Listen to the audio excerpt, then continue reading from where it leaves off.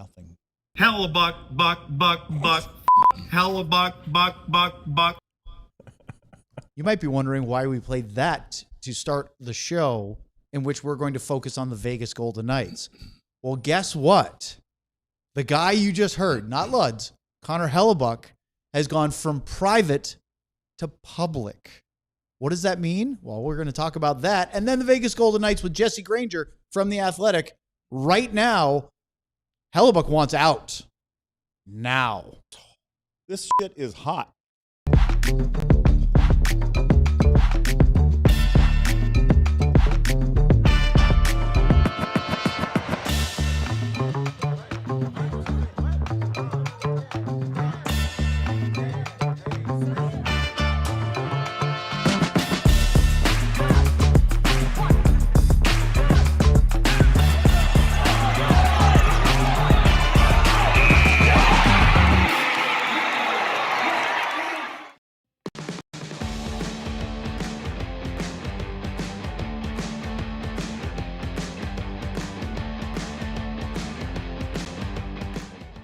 Welcome, everybody, to the DLLS Stars podcast. It is Thursday. It is August the 27th, alongside Craig Ludwig.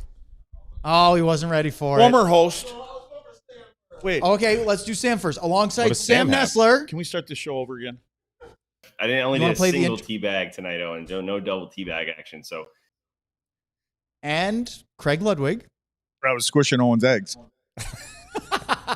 I'm Owen Newkirk. We're happy to have you here. Our producer, Ryan Vodders, is having fun with audio. it's too hot for tea bags. It is very warm Yeah. outside. It's 100 degrees plus again today, and it seems like it's on for all eternity. 79 this morning. Special Nice. deliveries is the Not wrong address. now.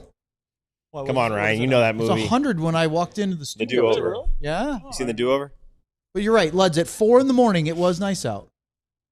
Could I'm use some assuming. man Yeah, rub it in hit there. 80 for the first time in like a month and a half. It hit 80? Yeah, it was 89 for like half an hour at 3 o'clock Oh, in you the mean morning. it went into It went the into 80s. the 80s. Sorry, yes. I understand what you're saying. Yeah, it's Yes. been, Our cold front got us into double digits. That was nice. We have a big show today. Jesse Granger from The Athletic will be joining us, part of our Other 31 summer series. We're going to talk about the Vegas Golden Knights. But before we get into that, literally moments before the show began, we get news that Connor Hellebuyck has gone public. So let's read it real quick. The Winnipeg Jets goalie, through his agent Ray Petkow, submitted this statement. Winnipeg has been my home for my entire NHL career, and I will always be grateful for my time there. I have never forgotten June 23rd, 2012. That's the day Winnipeg took a chance on a goalie playing in Odessa, Texas. I gave everything I had from that moment to prove the Permian. Jets made the right decision. Several months ago, I privately requested a trade. I have tried to handle the situation quietly and respectfully while giving the organization time to explore its options. With training camp approaching, I felt it was important to publicly confirm my request. My position has not changed, and I believe moving on is the best path forward for me and my family. I appreciate everything Winnipeg Jets fans have meant to me throughout my career and hope a resolution can be reached soon. That's Connor Hellebuyck. Now we don't have to worry about Connor Hellebuyck in the Central Division anymore. So Well, you- he's still Well, there. Yeah. he True. hasn't been That's traded true. yet. And it's only, what? How many weeks we got training camp? Like 3, 4, something Yeah, like that? I mean, What is it? Star, 2 or 3? Star started Yeah. on the 16th or It's something like kinda- that. So Kind of weird timing for tight. me with that, for that. I think he's Do you just, think he waited I think too he's long to probably go public? frustrated. Well, the first thing is, I think we know that they've had conversations. Yes. So it's not like Chevy didn't know, Cheveldale, it's not like he didn't know this was coming down the pike, but it just seems like it's so close to camp getting started. And I'm sure there's going to be some people, well, that's kind of a, a dick, gee, I don't even know how to say it. But You already said it. It's okay. Yeah. It's kind of a dick move to There do you it go. that close to training camp. Yeah. But I do believe that, we know that there's been talks and Chevy's called all around. So I think he gave them. I think the other way around, honestly, because I think it's from what it sounds like. Obviously, we know very little, but like it seems like he was. well, that's he that clipped should be that. a tagline for our show. I was Yeah. just going to say, We should clip call that. this We show know that. very little. But I- Why can't we call this show? We Write know that very down, little. Ryan.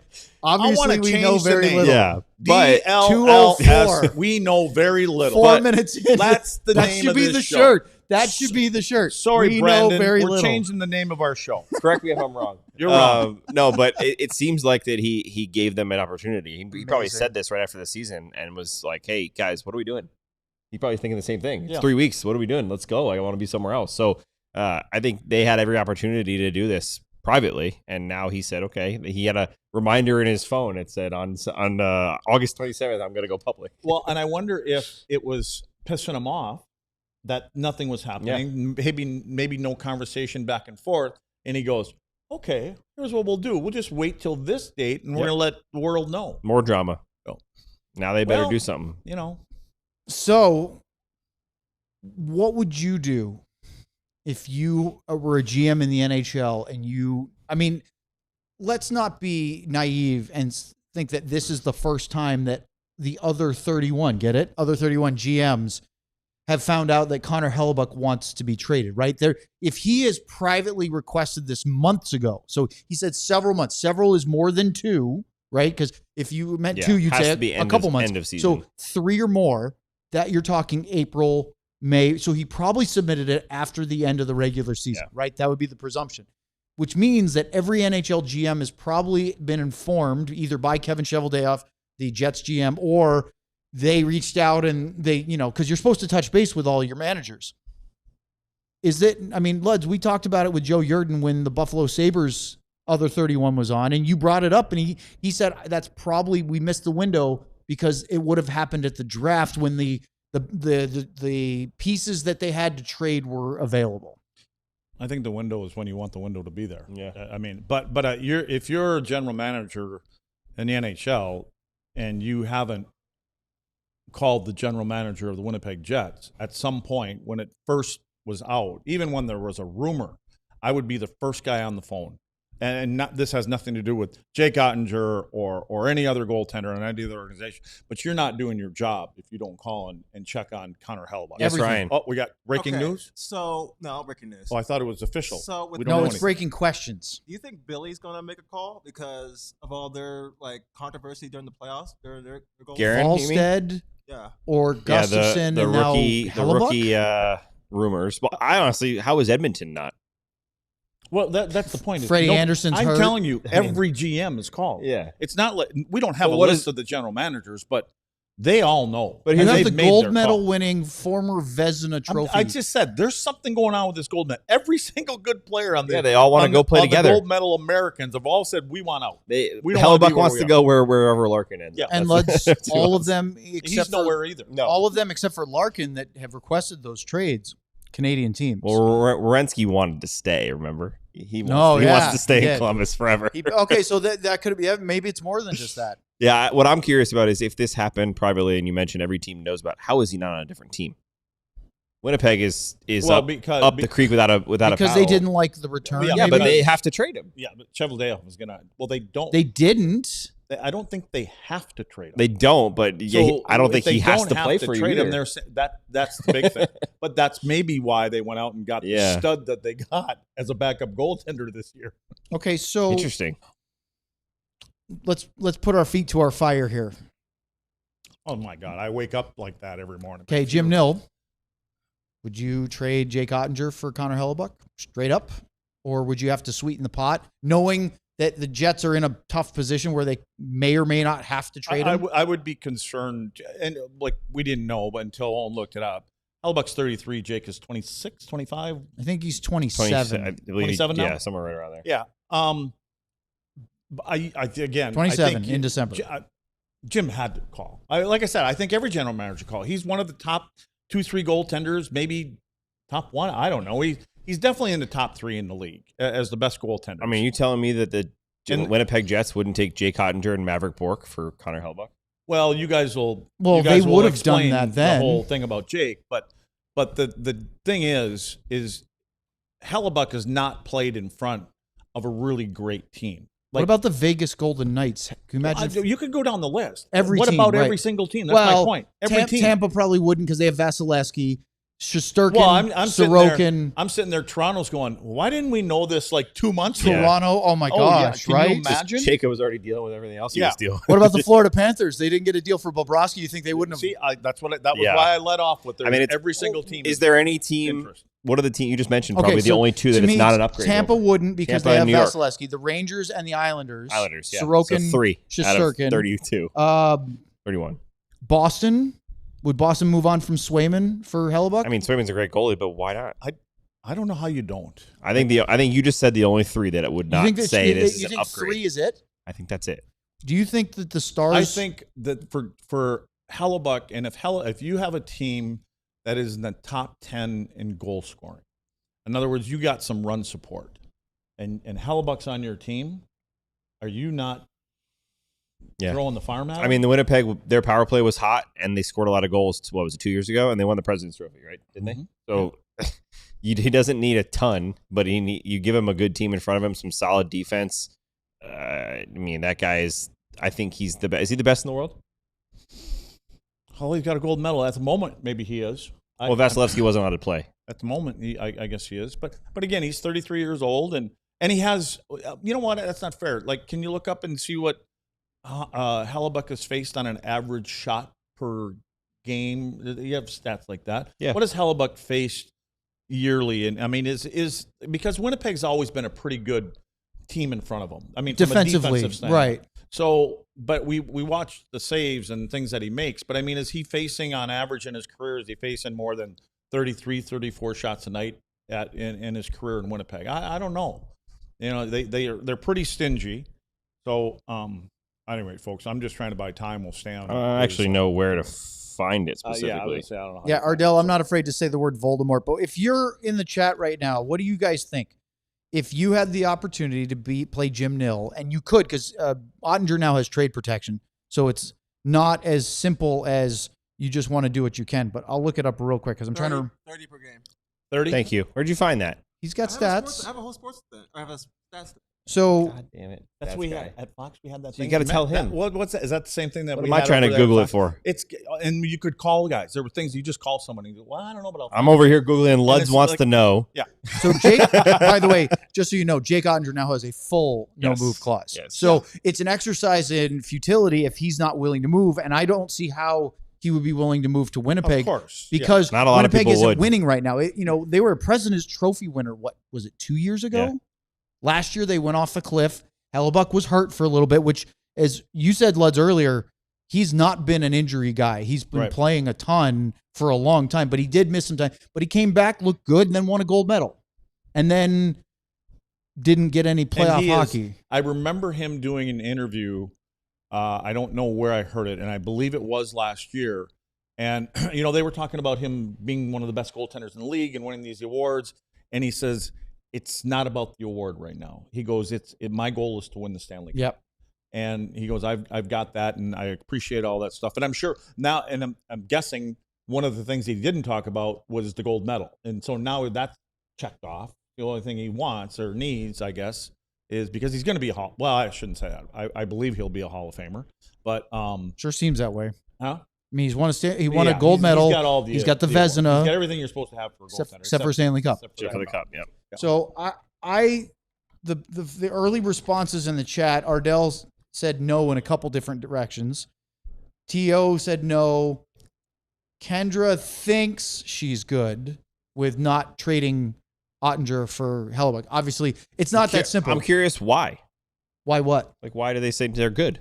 Is it because he's your guy? Jake is the draft pick. You've stuck with him. Now you're waiting but for the payoff. Jason Robertson's their guy. If Connor McDavid was available, would you not go pick Connor McDavid over for Jason Robertson? Tomorrow. Yeah, so like it doesn't matter who's your guy. It's the best goalie in the world, if not second. Jake is good, but we just had this conversation Jake yesterday. become- Jake is top 10. He's But not top He's 2. 6 years younger. Could Jake become Connor Hellebuyck in the next 6 years? There's 25 or 30 goaltenders and shows that are having the same conversation. Yeah, for right sure. now. Yes. For sure. They're all asking the same. And I think the question. key, Luds, Goalies is are still all not feeling- can Jake become that in 5 years when he's a little younger. Can he do it When now? do the Stars need to win?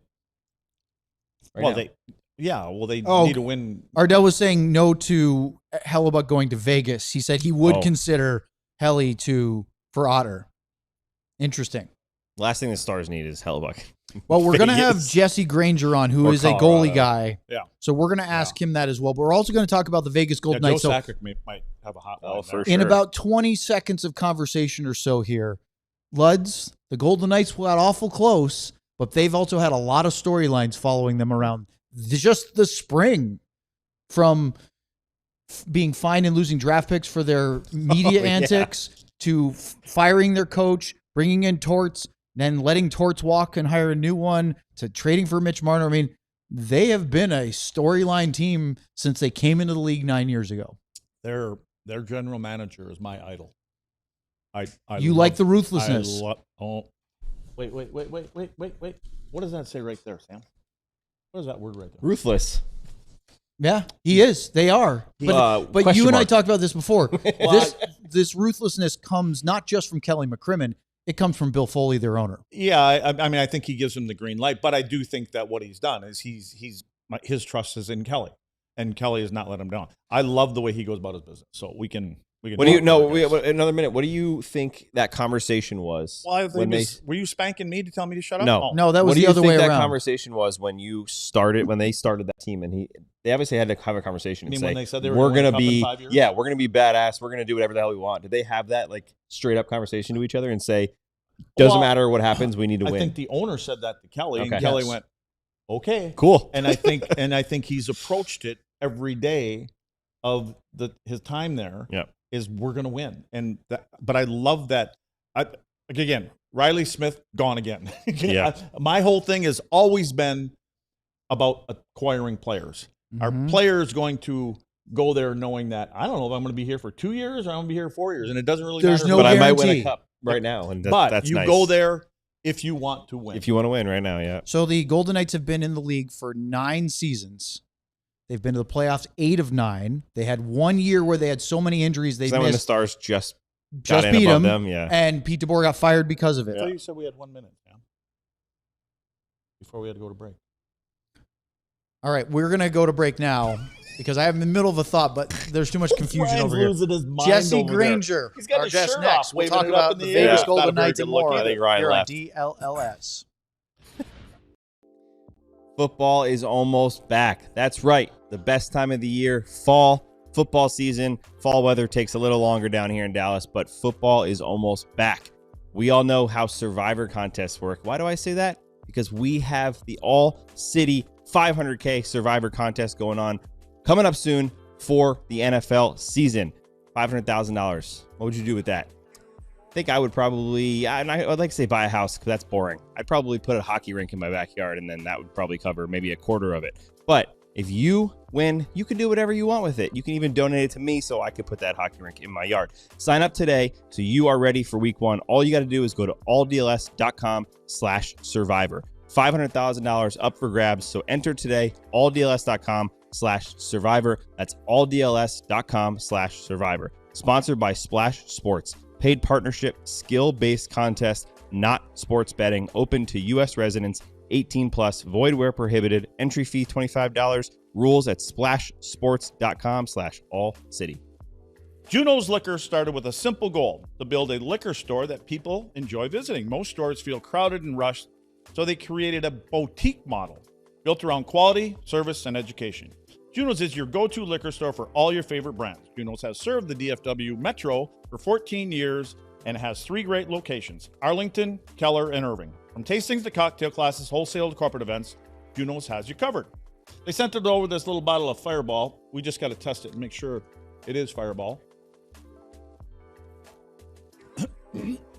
That's Fireball.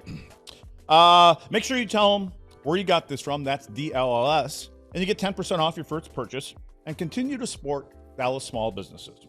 Don't forget about Labor Day. Come and get all your refreshing drinks for a long weekend. And don't forget Allocation Day.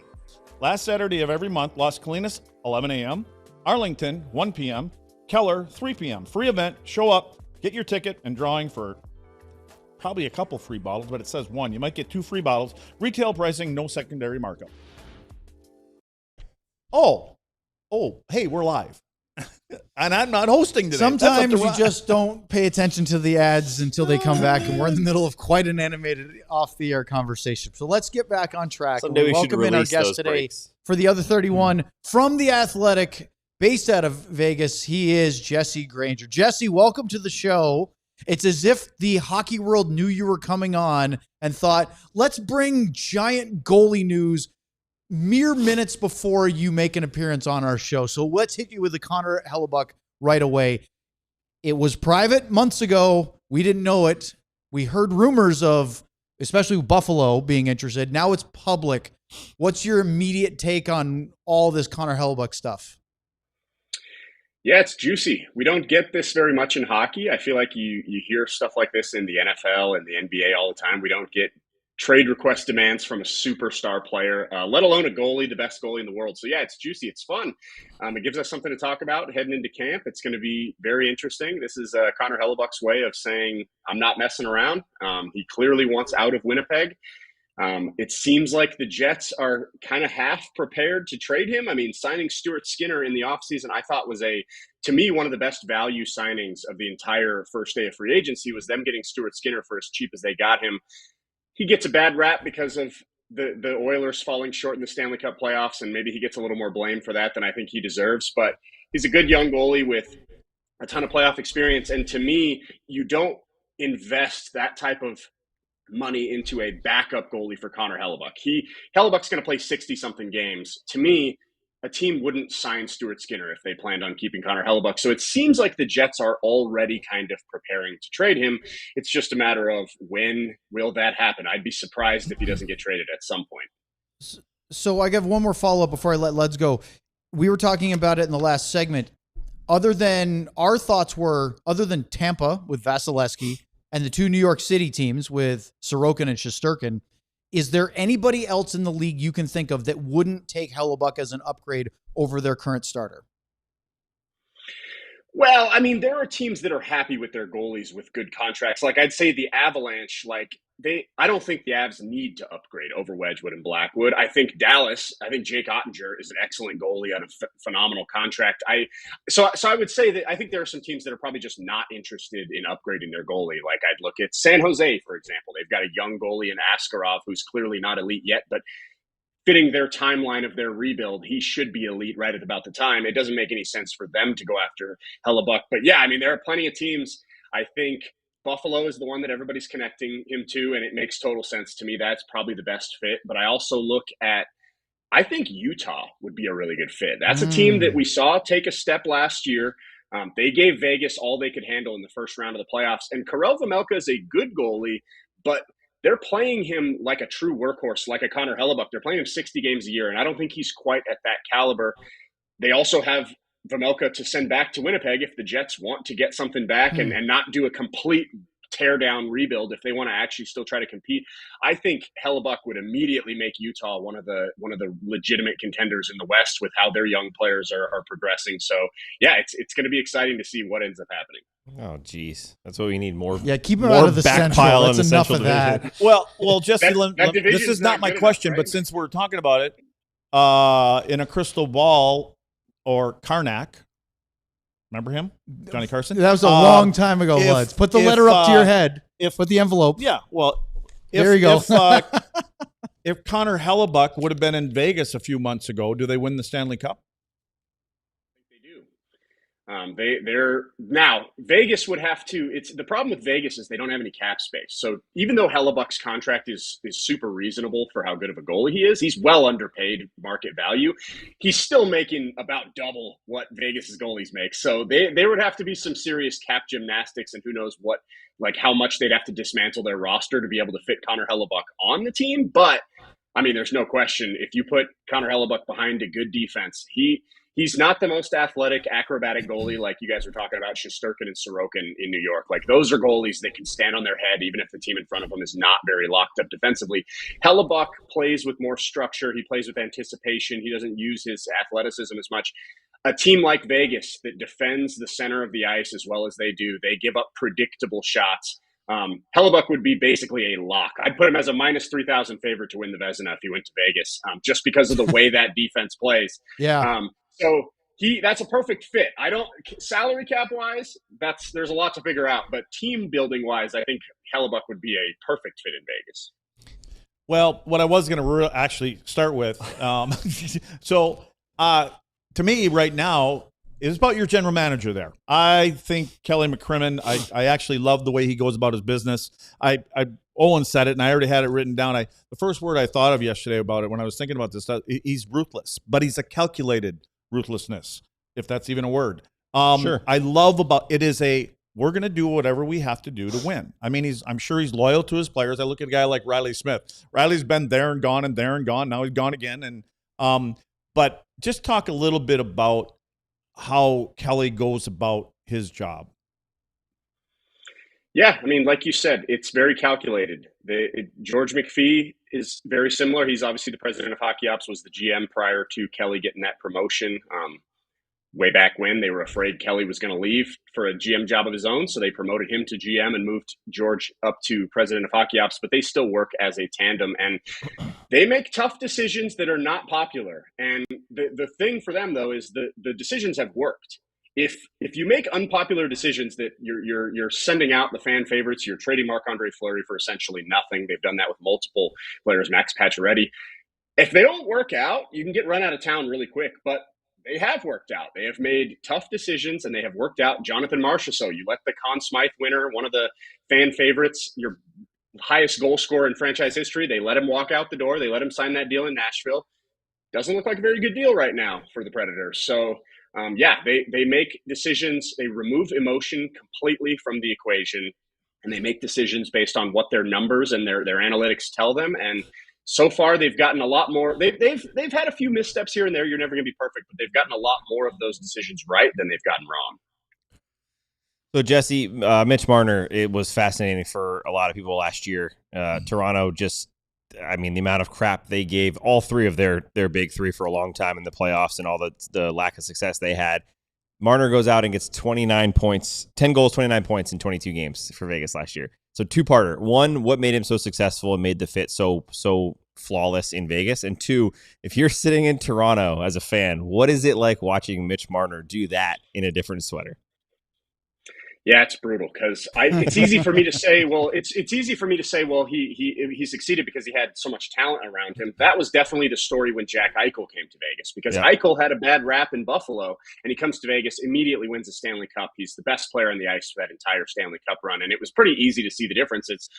He doesn't have to carry the team now. He's just kind of the guy. With Marner, that argument doesn't really work because Toronto had plenty of talent there. So to me, I think he got this big goal against Utah. I want to say it was up in Utah, so it was either game 3 or 4, and he came off the bench. That Eichel was actually out there the shift before, and he had just tired them out, holding onto the puck. It was like a minute and a half. Their guys couldn't get off the ice. And I just remember Marner jumping over the bench, and there was an aggressiveness and an assertiveness to his game that we hadn't really seen in his time in Vegas, like in the whole year leading up to it.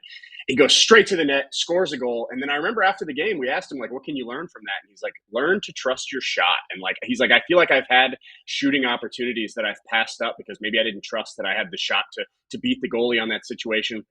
And from that moment forward in the playoffs, he played with a shooting mentality that we have not seen. And that was his thing in Toronto. He had plenty of assists. The points were good. The numbers weren't bad. He just didn't score goals when they needed it. And sometimes even these guys that are super athletes that make $10 million a year, confidence is a funny thing. And he got that goal to go. And prior to that, I remember getting the workings of a story on how Marner's not performing in the playoffs. I can remember prior to that game getting that storyline ready. And then he scores that goal. Looks like a completely different player the rest of the playoffs, scored a bunch of goals. And to me, it's the shot mentality. Not only are you going to score more goals, but also now the goalie has to respect that. They're not just looking for who you're going to set up. They have to respect that you will shoot the puck. And now all of a sudden, Brett Howden's wide open on the back door. Brett Howden scored more goals in the playoffs than he did in the entire regular season because Mitch Marner was just feeding it to him. So, yeah, he was a different player in the playoffs. I'm fascinated to see how he looks in this regular season, if he carries that over, because he wasn't the dominant player in the regular season. It was probably one of his worst statistical years of his career last regular season. He was still getting adjusted to the new team, but yeah, he was phenomenal in the playoffs and playing with an assertiveness that we hadn't seen from him. Do you think the Olympics helped him a little bit too, Jesse? Because I don't remember his numbers, but I know he scored the big overtime winner against Finland, I think it was. Do you think that helped a little bit to boost his confidence? I think so, yeah. And he had the big goal for Canada in the Four Nations tournament also. I think you get on the ice with all the best players in the world and you have success. It gives you reason to believe that I can do this, right? Like in Toronto, all they knew was failure. Like all they knew was falling on their face in the biggest moments. And maybe that starts to get into your head that like, that's what happens when I get into these moments. It's a totally different situation in the tournament for the international play. Maybe just being on the ice with that level of player and seeing yourself succeed in those situations can maybe give you a little momentum. Okay, so right before we were going to bring you on, and Luds got confused, and then Sam got confused. It was a really beautiful broadcasting moment for us. It was the middle of saying that in 9 seasons as an organization, 8 playoff berths, 5 division titles, 3 trips to the third round because there was a Stanley Cup semifinal during that weird shortened season where they had 4 different divisions and all that nonsense. 2 runner-ups and 1 cup. And then I looked this morning. I had an early trip to the rink, Luds. It was your time. I had to get up at 5:30 for a high school hockey practice over in Frisco. And I'm sitting looking at the stats. And Jesse, you probably know this already. The Vegas Golden Knights, since they joined the league, have more playoff games played, 128, and more playoff wins, 76, than any other NHL team, just in 9 years. So I started going backwards.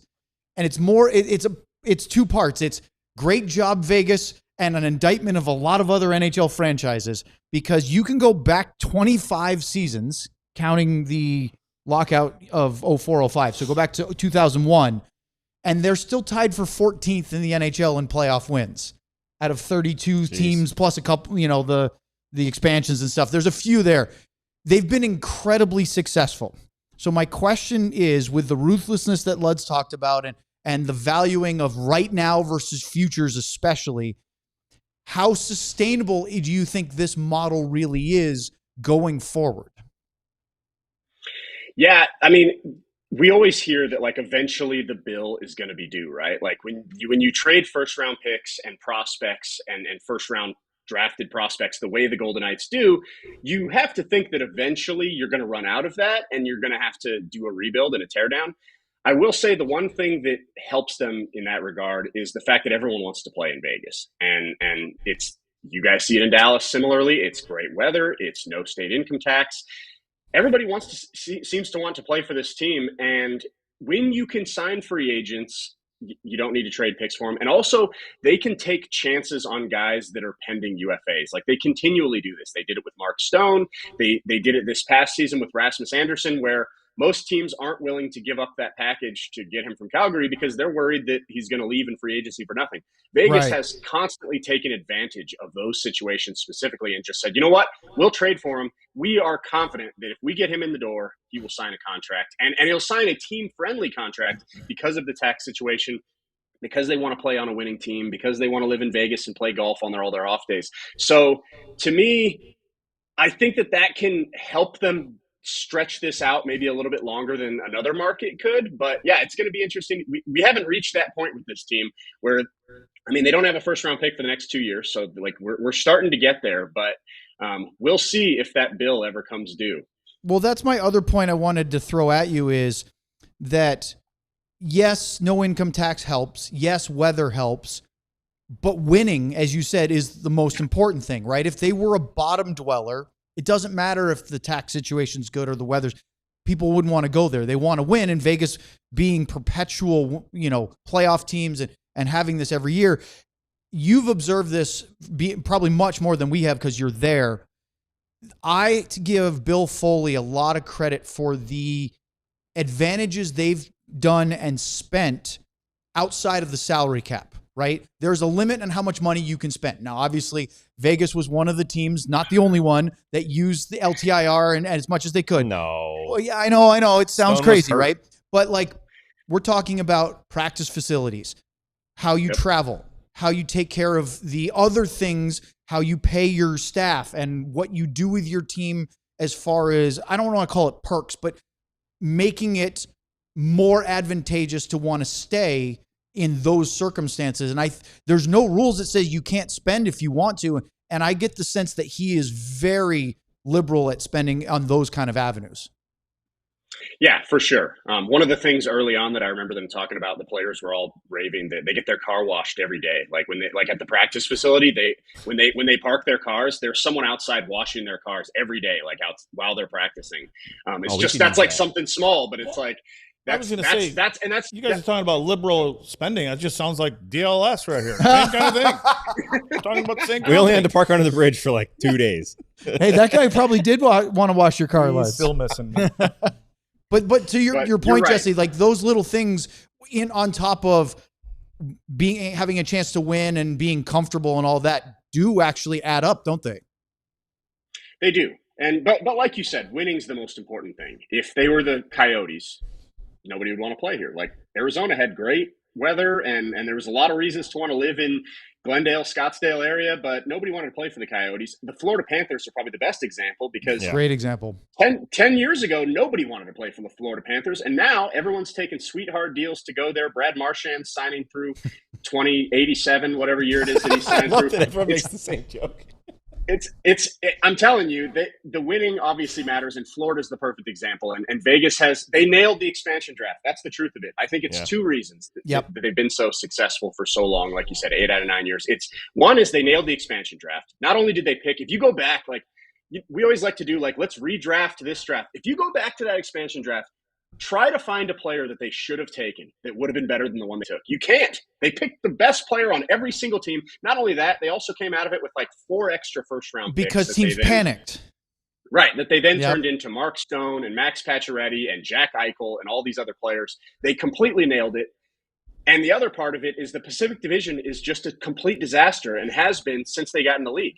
I think that if the Golden Knights were in the Atlantic Division, for example, Central last year, it's a lot harder to make the playoffs. When you have a down year, last season, the Golden Knights had a down season. They would not have made the playoffs if they played in the Atlantic And they Division. won the I don't think. division. Yeah. The Central would have been close. Like I think they would have made the playoffs, but it was them and Utah battling towards the end. But because they're in the Pacific Division and that long run that we had seen from all the California teams, the Kings, the Sharks, the Ducks, had all been just complete juggernauts for a decade. And then right when Vegas entered the league was when all 3 of those teams basically fell off the cliff and all started the rebuild. Edmonton has been there here and there. Every once in a while they pop up, every once in a while they're bad like last year. So to me, it has helped them that the division is not any good and they don't really have to worry about the regular season. This team, like you mentioned, the LTIR stuff that they've done, this team maximizes everything they do to win in the playoffs. And it's easier to do that when you're in a division that you can cruise through. Who did the Stars? Was it Yanmark? Who Vegas picked from Dallas? Cody Eakin. Eakin, that's right. Is it one of the original Misfits? Yes, I remember now. I was when Owen was rattling off everything that Vegas has done with playoffs In and 9 all the seasons. games and things like that. Yeah. It reminded me of an interview I was listening, Jesse, to Darren Millard, and he was talking about it. And at the end of the whoever he was talking to, they just said, "Well, your off season, enjoy your short off season," and he goes, "That's not what we call it. We just call it as the off season because they're all short for us. I mean, Wow. it's just Yeah. perfect. I mean, it is." And so, but Jesse, I heard you mention Jack Eichel's name a couple times, and it was a comment you made about Mitch about shoot the puck. I cannot believe you would not believe how many times when I'm watching games with Eichel playing that I'm going, "Oh my God, shoot the puck!" Like he's got such a great shot. Do you guys hear that also, or do you ask that question? And is the answer we just let Jack be Jack? Yeah, I mean, it's definitely a topic of discussion because he doesn't shoot as much as he should. We heard it from every coach that's ever coached him. Pete DeBoer said it. Bruce Cassidy said it. John Tortorella said it. Ryan Craig will probably say it at some point this year. We've heard Kelly McCrimmon say it the day he traded for or signed Mitch Marner. He said somebody's going to have to shoot the puck between the two. Yes, it's definitely a topic of conversation. This is not something that Jack Eichel is unaware of, but he's been doing this his whole life. He likes to pass. There's something in the moment, in the heat of the moment, when everything's happening. He's just a playmaker at heart. He looks for the pass. I say it all the time. I'm a goalie. His release is absolutely ridiculous. I can imagine. I put myself in the opposing goalie's shoes, and there are probably 3 or 4 times a game where that goalie is thanking his lucky stars that Eichel didn't shoot that puck because wherever he's passing it to, I don't care how open that guy is on the back door. I'd rather face that and have to try to get over there and make that save than to have Eichel rip it at me with the release he's got. He doesn't bend into the shot. Like you see most guys, there's a tell that they're going to shoot it because they've got to lower that front shoulder and kind of put leverage into the stick. Because Eichel's so whippy, like he shoots that puck from a full stand-up stance, and it's got so much velocity on it. It's a tricky release to read. I wish he'd shoot it more. Everybody on the team wishes he'd shoot it more. But it's like he's one of the best players in the world, and he's gotten this way, doing it the way he does it. And I just don't think it's going to change at this point. He's a great player. Just kind of let him do what he wants. And when he misses high. Yeah. If nothing else, it maybe hits him in the chin. All right, Jesse, I'm going to ask you one more Vegas question, but it's just a yes or no question. Are you coming to Dallas for the outdoor-indoor game at our AT&T Stadium? Yep, I'll be there. Okay, so we got to get Jesse maybe in the studio. We should, but Come for a show. you have a follow-up for that. Change your flight the next day to a later flight. It'll be a fun night. Yes. Okay, so the follow-up is we've been talking about possible jersey uniform setups for that game. And because it's at the Cowboy Stadium, which is AT&T Stadium, we also call it the Death Star Jerry World. They could actually, I never thought about it with the Death Star. They could do a Star Wars thing. But we figured there has to be some sort of NFL combination with the look where the Stars do a Cowboys themed thing and the Golden Knights could do possibly a Raiders. Does that make any sense coming from Vegas, or are they going to do something complete? Do you have any thoughts or ideas of what they might do for their look for this outdoor game? Yeah, I don't really have any guesses. I will say that I don't think that the like Stars Cowboys, there's a lot of overlap. A lot of Stars fans are Cowboys fans. I think it's a lot less overlap between Golden Knights fans and Raiders fans, just because the city of Vegas adopted the Golden Knights quicker, whereas like I think more people in Vegas had more established football fandom, and they didn't jump on the bandwagon of the Raiders. Obviously, the Raiders haven't had the success the Golden Knights have had, so that plays a factor. But anyways, I mean, it wouldn't surprise me if they do that. I don't know though. It's funny because like most teams like to do the like old school kind of throwback look for these types of games, and the Golden Knights can't really do that. They had the Winter Classic in Seattle. They tried to do it. I thought that was. I think most of their jerseys that they've worn have been awesome. I thought that one at the Winter Classic was probably the worst one that they've made. So yeah, we'll see what they do. I would guess probably not a Raiders themed one, but it wouldn't be totally out of left field. Star Wars Disney theme, Star Wars and Pirates of the Caribbean for Death Star and Raiders. Well, you can't be Pirates because they just did the Buccaneers last year, and they did that. So all right, I have a real question though, Jesse. I want to talk about Jake Ottinger. Let's do it because especially because at the beginning you mentioned Jake and you said he's a fantastic goalie with a great contract, right? Something like that. So down here, he's built a bit of a reputation on himself as saying he wants to be the best. So he's put the expectation out there to be the best goalie, win the Stanley Cup, win the Vezina, win the gold medal as a starter, all those things. And Stars fans have kind of adopted that and taken criticism on him with that in mind, right? He gets beat on the bad goal every once in a while, maybe once a game. He makes himself small is something that I've heard a lot from around the league. What do you see from Jake? And on top of that, how does he turn into one of those guys that we're talking about him in the Hellebuyck, Shesterkin type of realm? Yeah, I agree that so this is how I view Ottinger's like career arc. I think that he, at every level, he has been the best goalie. Like when he was 16, he was the best 16-year-old goalie in America. He played for USM DTP. Then he goes to college. He's an absolute stud in college. He comes into the NHL and has success at a younger age than we're used to seeing goalies have in this era. Like back in the day, they used to play him when they were 20, Esposito and guys like that. But in this current era of the NHL, Ottinger came in and immediately had more success. Like that I'll never forget that playoff series against Calgary. I know Dallas lost, but man, that's like one of the best series performances I've ever seen from a goalie, even in a loss. Like he was so good. And then the trajectory, like his trajectory has gone up, up, up. And then I felt like just these last maybe year and a half, 2 years, he's plateaued a little. I was disappointed with his season last year. I picked him to be one of the Vezinas. He was my guy. Like I picked him to win the Vezina before the season because I just thought Dallas was going to be so buttoned up defensively. And to me, that was the next step for him was he's kind of been the top guy at every level. Now he needs to be the top guy in the NHL, and he didn't. It was a down year. There were times he got outplayed by Casey DeSmith, who's an excellent backup, but if you're Jake Ottinger, that can't be the case. I do agree that he has plateaued a little bit, and it's going to be interesting to see if he finds a way to kind of get that upward trajectory going. He's such a talented goalie. He thinks the position in an he just reads the game so well. He's obviously not. He's kind of like Hellebuyck. He's not super athletic. He doesn't rely on really quick lateral movement or anything like that. He just kind of reads the play, gets in the right spot, and moves well for how big he is. I think in order, like, okay, so what does that require? What's going to get him to be that Vezina level goalie? I think it's a little bit more making some more saves on the off schedule plays. Like, I think when everything goes the way, like when the play unfolds the way it's supposed to, Jake Ottinger is lights out. It's when the puck hits somebody in front and it just bounces to someone else and it's off schedule, and now you've got to use a little bit of athleticism. You got to just be an athlete. You can't read the play. You can't make this save with perfect technique. You just got to kind of be a goalie and make a save. I think he can get a little better in that area, and I think maybe just playing a little freer, playing with a little more confidence, maybe not being as calculated and thinking through things as much as he does. Maybe he can take the next step in those type of plays, and that'll get him into that like Sergei Bobrovsky, Andrei Vasilevsky, Shesterkin, Hellebuyck kind of tier.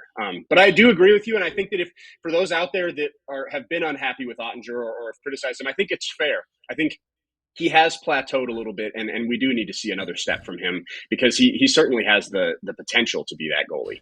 Does he make himself? Sorry, I was just going to use. Does he make himself small? I've just heard that from a lot of different people. It's interesting. I wouldn't say that's the way I see it. I think he's gigantic, first of all. Yes. Like, I think sometimes we don't realize how big he is because he moves pretty fluidly. Like he's not the fastest, like most explosive guy, but he moves with fluidity. Like you see a lot of these other big 6'6", 6'7" goalies, they look awkward and clumsy in the net. Ottinger is he's a smooth, like you hear it like in racing, like slow is smooth, smooth is fast. Yep. That's to me that's how Jake Ottinger moves to me. And I wouldn't say he makes himself small. I mean, I'm trying to think, like maybe in screen situations, I can see him looking under screens a little more and not standing up with his chest tall. But I wouldn't say I don't watch him every single day, but I wouldn't say he makes himself small as like an issue that I see in his game. One of the things that we talk about a lot about Ottinger is that he does seem, even at a young age, when he first came in, he seemed to be able to mentally handle that side of being a goaltender, aside from the physical and the technical, is that the mental game is. But at the end of season media availability, and we've talked about this a ton on our show, Jim Nill did say that he thinks that Jake, who admits that he can be better, needs to be a little bit more consistent, that he rides the roller coaster a bit too much. He's really good, but then there's too many dips. And he wants to see, and he was really gentle about the way he said it, but said, I think Jake would agree, he could stay on the top part of that plateau a little bit more than the dips as much. I hadn't heard that. That's really interesting because I'm not like in Dallas, so I don't get to talk to Jake every day the way I do like the Vegas goalies, like Adin Hill. I feel like I know Adin Hill on a personal level better than I know Jake, but I do talk to him every time he comes through Vegas. And to me, he is one of the more like level goalies. Like I've said it before, I talked to him after a playoff overtime game, and you wouldn't know if he just played in a playoff overtime game or if it was like after a Wednesday practice in the middle of September. Like he is a cool customer, and he's super calm after games. He's one of the only goalies, like I obviously try to talk to goalies as they come through Vegas. A lot of goalies don't want to talk on game day to media. They like leave me in my bubble. I don't want to talk to anyone. That's not Jake at all. He'll sit there and have a conversation with you for 20 minutes, no problem at all. So that's interesting to hear. I would not have guessed that coming from him just based off what I know, but yeah, he's a real calm guy, which can help in the net. Well, Jesse, I knew we'd run out of time faster than we wanted to. Especially with Hellebuyck. Took up 20 minutes for our show. It was great. Thank you very much for joining us.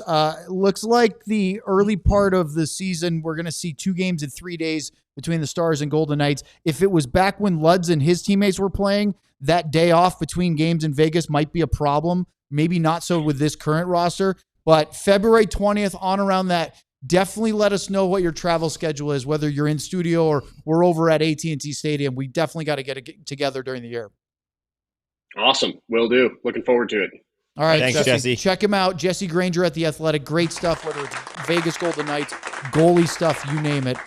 Thank you very much to Jesse. Up next, we are going to wrap up on Vegas here on DLLS. A little disappointed today. I don't get to promise Jesse a shirt. You could. He just won't be hearing it. I like to make the promise to him. You can give him an Otter shirt. Hey, how about Yeah, this? Why don't he's a you big talk guy. for half Well- as long as yesterday, though? Yeah. Well, anyway, since we're talking about Hellebuyck, why don't we start with Jake Ottinger? Look at that. Yeah. See, he's You already forgot got we had that His shirt. Finger was on the gun right there, right on the button. So there is the Otter shirt. I will make the call that Jake Ottinger is going nowhere. I have one of these for him if he comes on our show. Oh, I In have my one closet. too. I have one too. Yeah. I- I have one yeah. in the bag and everything. It's a little delicate for me with the Otter thing. But anyway, there's a Jake It's an Ottinger angry shirt. otter. Hey, what's the new one we wanted to get out here, Ryan? Football. Well, I know it's not a new one. Football. Yeah, They that are one new. there. That is this. Oh, this is a Cowboy stuff. Cowboys. New Cowboy Our shirts. new football shirts. There we go. Sweating How are through they my going to do pants this here. year? Good. Playoffs? Yeah, they should No? be like they should get six, Ryan, why are you six shaking your maybe head? seven Looks like it's wins. gonna fall off your shoulders. I right mean, now. look, every year the Cowboys are going to win the Super Bowl all right. before Well, the let's season take a look starts. at Robo, since Robo's going to be the guy again this year. There's Jason Robertson. He in the might Robo be shirt. And $20 then million next year. Sharpshooter. Well, yeah. Owen's already got the contract in his pocket. All right, It's hey. kind of like John Cooper. He's got it in the drawer. Hey, you're In done. the You're drawer. done. Shut up. Oh, All right, am I done already? Be a How about diehard. that, Lutz? AllDLS.com/diehard.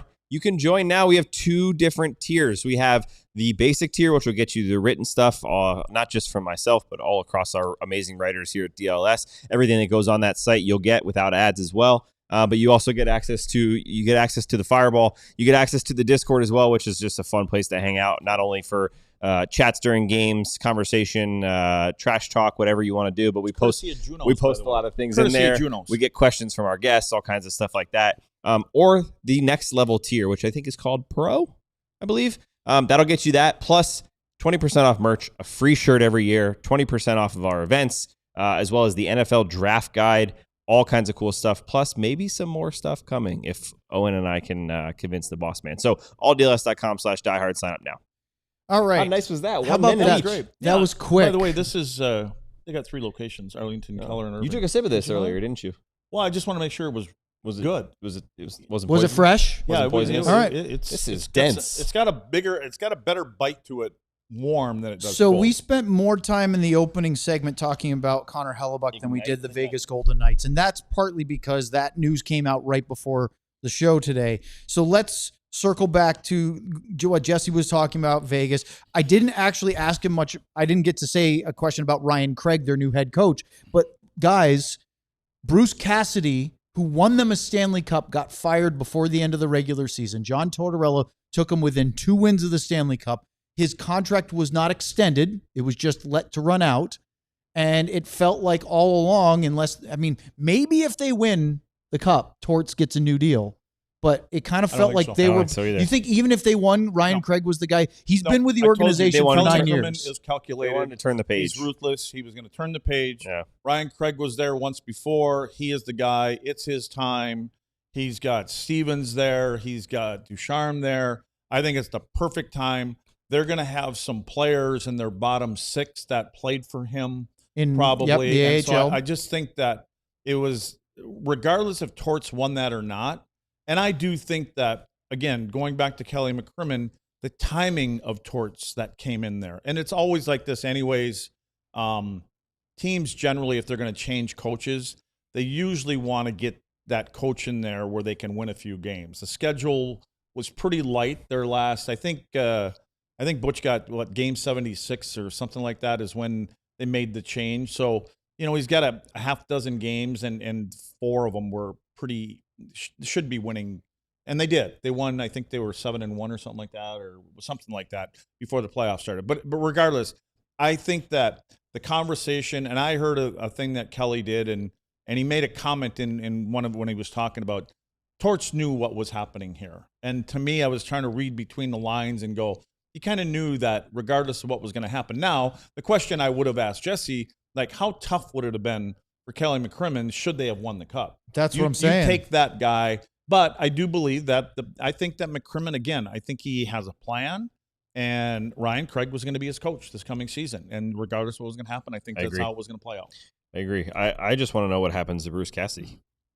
Well, that was the other That's thing I still wanted my- to ask Jesse that, again, we didn't have time for, was he was basically, according to the Golden Knights and McCrimmon, that they gave permission for Toronto, right? But none of the Western Conference teams that reached out, those specifically were LA and Edmonton. Yep. Edmonton couldn't wait. They pivoted and they hired Mike Babcock, and LA eventually turned to Peter Laviolette. And you want to talk about unprecedented, right? It's just another one of the things we were talking about Vegas trying to stay within the scope of the rules and the laws, but pushing the boundaries as far as they could. Or breaking the rules and laws and not speaking after an overtime. That did not go well Anaheim. for them, did it? Yeah, I mean, but that's a great example of what you're saying right now, right? They push as far as they can to that line. Mm-hmm. Sometimes they dip a little bit over it. Sometimes it's still in the rules, Cost like the them a second-round LTIR. draft pick and what was it, 100,000, I think, for torts. torts. Yeah, so I mean, they just Luds used the word ruthless. It's just the perfect way of describing the team, and I know Lud specifically because I've sat next to him for 2 years now. 2+. Seems like 7. And yeah, and almost every day, Luds talks about the Stars and other teams not doing what it takes to win in the playoffs, right? How many times does he talk about game 80 to 83? Mm-hmm. Now game 85. Vegas is the definition of do it for the playoffs. I mean, Florida too, but they don't care about the regular season. Just get in the playoffs, figure out a way, find your game, and they are built, not just built mentally and everything like that, but their rosters are built to win in the playoffs. They're big, they're physical, they're strong, they play the right way defensively. It's just, if Dallas could take a few things from Vegas. I know Stars fans are going to hate me saying that because they hate Vegas like most other markets in the NHL, but they are the perfect team to look at and say, let's build it a little bit more like them and you'll have success. And I think when you mentioned Cassidy's name, and I think a lot of people were wondering, he probably should have been the guy or would have been the guy in Toronto. That's who they give him permission to talk to. I think Chaika, by the way, I think everything that started out with Chaika being the general manager there, I think he's done a hell of a job there. Yeah. I didn't think I'd ever say that. But so far, right? It's easier to win. Yeah, but the moves that he made, he put them in a position to be better. Mm-hmm. And that's why I think he did not choose Butch and he went with Hiller, because I think what he saw from Hiller, not only that Hiller had been there, and I think it's important that Hiller was an assistant coach there at one time that had, Matt, he had a couple of the key players, Nylander, Matt, he had those guys. So I think that's part of it. But the other thing is how he actually had LA play, because they could not outscore their mistakes. So they were going to play a tight kind of game. It'll be interesting, though, to me, the system that he wants to play there. So anyway, I think that was why that all played out with Cassidy, that I would have penciled him in for Toronto for sure. No doubt. But then when I Or started LA. thinking about it, Toronto is the kind of team that can score goals. Their nemesis was how they played in their own end. And I think that is a big reason why he selected the coach that he did. Before we go, how hell about yeah. that? I wasn't expecting that. A super chat from Sports Guy Tio, a Madonna 99 cup here. Luds, great job hosting. Couldn't tell the difference in the show flow between you and Owen. Oh, thanks, Tio. My favorite Owen quote: "No, Luds, there is constant talking while I'm hosting. I just keep talking through it." That is very true. When there's stuff going on outside I just keep here, talking. That's a good you one. just have to focus through. Speaking of which, thank you, Tio, for the quick super chat.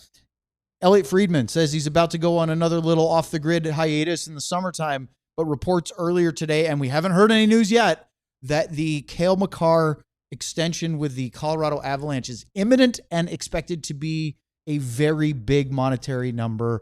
But we were hearing that it could even be this afternoon, and it hasn't happened yet. I had thought, I still think it could start with a 2. I don't think it will, though. I don't either. think No, I don't think he's going to handicap that. Is going to do that. The other thing that I wondered if he wanted to, but I believe that maybe even coming off this past season where he's had a couple injuries, right? I wondered if he would do a 3-year deal and then sign another one. What about 5? One more. I just think he's going to do the full boat here. You think? Yeah, I do. I think that they're going to give him. They can do 7 now. They're right? going to give him $18 7 million. Well, no, neighborhood. 8 until September 15th. Oh, that's true. Yeah, that's right. They're going to give him 8, and they're going to give him 18. I think they're going to make him the highest paid player at the moment, which is Right, because Celebrini's... Is he at 18.5 or Well, 17.5? Leo Carlson is at 18 right now. 18.5. 18.5 to Celebrini make 20? Celebrini, but that doesn't kick in until next year, right? Oh, 18.5 Well, is then I Celebrini. think they're going to make him the highest paid player, so maybe it's a 19. That's just my guess. I don't know. No I one's just made think 20? they're going to. Somebody said, and maybe it was Elliot or somebody else said that it could be a little bit more team friendly if the term is shorter, but That's why if I'm it's wondering longer, That's why it could why be I a would bigger think. number. Because I'm thinking, if I'm his agent, I'm telling you, dude, let's get it done with, and that's security, the whole 9 yards. You signed 3 years, and kind of the what McKinnon did, or not McKinnon. Jesus, what's number 97's name? No, I'm McDavid. just kidding. What he did, Gretzky. I think that would be something similar to that. Like, I'm going to save a couple little extra money here. I don't need to fill it up. But I just think being the best defenseman in the world for a long time here, but I think he's the kind of guy that doesn't want to blow it out of proportion. So, but I think that, and they already said, whatever Cale wants, he's going to get. That's why I think maybe if he did 5, but I don't think he'll do it. But Okay. if he did 5 years, let's say he did 5 years at 18, he could make 25 plus. I after don't that. disagree. But I don't I mean, think, that's hard to say no If you to. do, anybody do the math? What's 19 times 8?